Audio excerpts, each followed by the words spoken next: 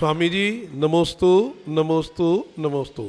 स्वामी जी, उत्तर भारत में भट्टारक शब्द के बारे में हमको ज्ञान कम है, लेकिन दक्षिण भारत में भट्टारक की काफ़ी अच्छी परंपरा है। ये भट्टारक शब्द या भट्टारक का उद्गम कब, क्यों और कैसे हुआ, तथा इसका हमारे जैन धर्म में क्या मार्ग है, कृपया उसके बारे में जानकारी दें। उत्तर भारत और दक्षिण भारत ये दोनों मिलकर के संपूर्ण भारत, जिन शासन और जिन धर्म जहाँ पर प्रचंड रूप से जो है जगमगाता हुआ, दमदमाता हुआ रहा है। उत्तर भारत में भट्टारक परंपरा बहुत अधिक मात्रा में थी। सर्वप्रथम दिल्ली में भट्टारक गद्दी की स्थापना हुई और इसके बाद जो है महाराष्ट्र, कोल्हापुर, फिर ऐसे बढ़ते बढ़ते दक्षिण भारत की ओर गई। दिल्ली में स्थापित होने के बाद दिल्ली के आसपास दूर दूर तक भट्टारक की गद्दियों की स्थापना हुई। आप यहाँ ग्वालियर जाइए, सोनागिर जाइए, भिंड जाइए, जबलपुर जाइए, यहाँ राजस्थान जाइए, इन सब जगह पूरे भट्टारकों की गद्दियाँ थी, जिन्होंने धर्म की रक्षा की, मंदिर की रक्षा की, मूर्तियों की रक्षा की, साहित्यों की रक्षा की, संत समाज की रक्षा की, जिनका बहुत बड़ा योगदान है। मुनियों ने वस्त्र पहन करके भट्टारक पद को ग्रहण किया और जिन शासन की रक्षा की, आप सोचिए कितना बड़ा योगदान है हमारे दिगंबर संतों का। और यह परंपरा बिल्कुल शाश्वत परंपरा चली आई। जब ये प्रारंभ हुई, यहाँ पर लगातार सदा इस प्रकार की भावनाओं से उत्प्रोत रहा कि नहीं, हमें किसी भी प्रकार से हमारे प्राण चले जाएं, पर हम अपने संत, साहित्य और समाज को जो है किसी भी तरह से हम नुकसान नहीं पहुंचाने पाएंगे, न पहुंचाने देंगे। ऐसी भावना मन में, भट्टारकों के मन में थी। लेकिन धीरे धीरे कुछ 200-250 साल की सदियों में ऐसे कुछ विद्वान हुए जिन्होंने इनका विरोध किया उत्तर भारत में, तो धीरे धीरे समाप्त हुए। और दक्षिण भारत में आज भी वो परंपरा चल रही है। देखिए, पंचम काल है ये हमारे भट्टारक, भट्टारिकाएँ, ये सब जो हैं हमारे धर्म की रक्षा के लिए हैं, प्रचारक हैं, सप्तम प्रतिमाधारी हैं। मयूर पिच्छी रखने का मतलब है कि ये दिगंबरत की पहचान है, ये दिगंबर धर्म को आगे ले जाने वाले हैं, ये दिगंबर जैन समाज की रक्षा करने वाले लोग हैं। मयूर पिच्छी पंख है, पंख रखने में क्या जा रहा है, मार्जनी तो करना है, या फिर एक पहचान, एक मुद्रा। पंख तो किसी के पास भी होते हैं, सबके पास ही होते हैं, लेकिन एक साधु के हाथ में होता है तो ये लगता है कि दिगंबर धर्म से ये इनकी पहचान है। तो ये व्यवस्था जो उत्तर भारत में अब नहीं है, मुझे लगता है सारी स्थितियों को देखते हुए, मंदिर जिस प्रकार से लोगों के द्वारा कब्जे किए जा रहे हैं, लोग उन पर अपना जो है आधिपत्य जमा रहे हैं। अधिकांश उत्तर भारत के सभी मंदिरों में जितने भी सेवक हैं वो जैन नहीं हैं। तो ऐसे मंदिरों की सुरक्षा कैसे होगी? एक एक भट्टारक स्थापित किए जाएं, जिनके अंडर में 25, 30, 50 मंदिर दिए जाएं, वो वहाँ पर जाकर के देखते रहें, व्यवस्थित करते रहें, उनको अधिकार दिया जाए, जिससे आपके हजारों वर्षों तक ये परंपरा चले तो मंदिर सुरक्षित रहेंगे, तीर्थ सुरक्षित रहेंगे। बड़े बड़े तीर्थ बनते जा रहे हैं उत्तर भारत में, कितने बड़े बड़े तीर्थ बन रहे बताइए।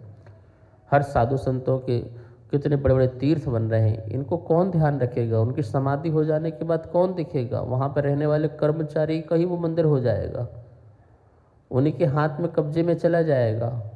लेकिन यदि भट्टारक परंपरा वहाँ बैठ जाती, गद्दी बैठ जाती है, तो निश्चित ही वो चीज़ आपकी बची रहेगी, बची रहेगी। साधु परंपरा में क्या है, साधु तो विहार कर जाएंगे, आप कोई साधु आपको छोड़ भी जाओगे वो भी विहार कर जाएंगे, लेकिन वो गद्दी बन जाती है तो वो आगे चल करके फिर धर्म की जो बागडोर आगे संभालते रहते हैं और व्यवस्थित हो जाता है। तो इनकी आवश्यकता है, उत्तर भारत में भी हो सकता है, दक्षिण भारत में भी अभी बहुत आवश्यकता है। बहुत तीर्थ क्षेत्र भी हैं जिनको सुरक्षित करना है, व्यवस्थित करना है। इस पर सभी साधु संत विद्वान समाज विचार अवश्य करें। धर्म की जय। हे गुरुदेव, हमारा प्रश्न है कि जिन बच्चों की शादी अदर कास्ट में हो जाती है, क्योंकि जैन समाज में लड़कियों की बहुत कमी है, इस कमी के कारण वो बच्चे अदर कास्ट में शादी कर लेते हैं, तो ऐसे बच्चों का जो जैन धर्म से नाता टूट जाता है तो वो कैसे अपने उसमें स्थिर हो सकते हैं, या उन्हें वो पूरा अधिकार मिल सकता है जिसके माध्यम से वह जैन धर्म की समस्त क्रियाएं, साधुओं को हर चीज़ कर सकें। इस बारे में हमारी जिज्ञासा है, जिसका आप समाधान करें। ये सामाजिक व्यवस्था जो बिगड़ रही है निश्चित ही समाज के लिए जो है पतन का कारण है, और जब समाज का पतन होगा तो फिर धर्म का भी पतन होगा। इस व्यवस्था को जितनी जल्दी सुधारा जाए और बच्चों को यह शिक्षा दी जाए कि आप कितने अच्छे धर्म में जन्म लिया है, जहाँ सत्य अहिंसा का पाठ आदि पढ़ाया जाता है। परिवार वालों के जीवन में आचरण में भी सत्य अहिंसा हो तो बच्चों में भी प्रभाव पड़े। बच्चों को पाठशाला आदि ले जाया जाए जिससे उनको इस चीज़ का ज्ञान दिया जाए, काउंसलिंग की जाए, सेमिनार लगाए जाए, इस प्रकार के बच्चों को समझाने के लिए कि आपको क्या मिला है, अद्भुत चीज़ मिली हुई है। फिर भी अब बच्चे बड़े होते जा रहे हैं, हम तो यही कहेंगे कि यदि नहीं मिलते हैं तो आप व्रत धारण कीजिए, अपना आत्म कल्याण के मार्ग में बढ़िए। और यदि आप विवाह में प्रवेश करना ही चाहते हैं और इतर समाज से बच्चे आती हैं, बच्चियां आती हैं, तो उनका दुष्जन्म होता है, दूसरा जन्म होता है। वो दूसरा जन्म तब होता है जब उसको संस्कारित किया जाता है, और वो भी उच्च कुलों से ली जाती हैं। क्षत्रिय है, ब्राह्मण है, उनमें भी जो उच्च कुल है, जिनका जीवन शाकाहारी है, अहिंसक है, जीवन भर उनका परिवार ने शाकाहार अहिंसा का पालन किया है, और यदि उस घर से बच्ची आती हैं तो उनको लाने में कहीं भी किसी प्रकार की दुविधा शास्त्र में नहीं है, उन्हें संस्कारित किया जा सकता है।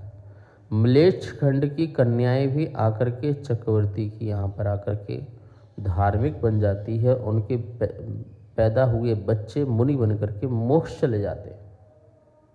ये हमारे साहित्य में लिखा हुआ। म्लेच्छ खंड की आती नहीं आती हैं, 32,000 रानियाँ कहाँ की होती हैं? म्लेच्छ खंड की होती हैं। 32,000 विद्याधर की होती हैं, 32,000 यहाँ आरवभूमि की होती है। तो वो म्लेच्छ खंड से आई हुई कन्याएं यहाँ भी आकर के धर्म ध्यान करती हैं, सीखती हैं, और उनसे उत्पन्न जो पुत्र हैं वो व्रती महाव्रती बनकर के मोक्ष को प्राप्त कर लेते हैं। इसलिए आपके अंदर है कि आप उसे कितना धर्मात्मा बना पाएँ, आप उसे कितना व्रती बना पाएँ, जैन बना पाएँ, तो आप ला सकते हैं। लेकिन उसमें भी अच्छे घर से लेके आओ, जो अहिंसक परिवार हो, शाकाहार परिवार हो, और उन्हें यहाँ पर जिन शासन सिखाइए, जिन धर्म सिखाइए, पूजा पाठ सिखाइए, गुरुओं के पास लाइए, तीर्थ यात्रा कराइए, नमोकार मंत्र सिखाइए, ग्रंथ का स्वाध्याय कराइए। फिर आपका भविष्य भी अच्छा होगा और परिवार भी अच्छा होगा, परंपरा भी अच्छी चलेगी। कार्यक्रम अगमधारा के पुण्यार्जक थे श्री दिगंबर जैन मंदिर, लोधी कॉलोनी, दिल्ली।